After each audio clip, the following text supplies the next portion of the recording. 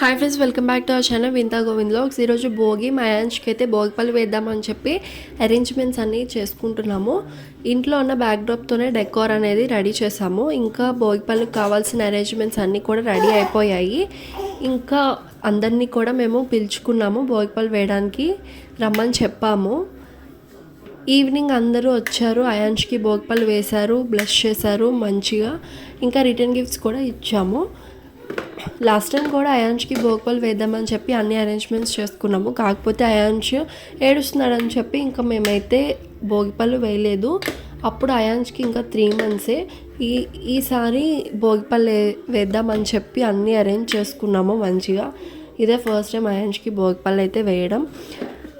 ఇదే రోజు అందరూ పిల్లలకి కూడా ఇంట్లో భోగిపళ్ళు అయితే వేస్తారు. అలాగే మా అయాన్ష్కి కూడా భోగిపళ్ళు వేసాము.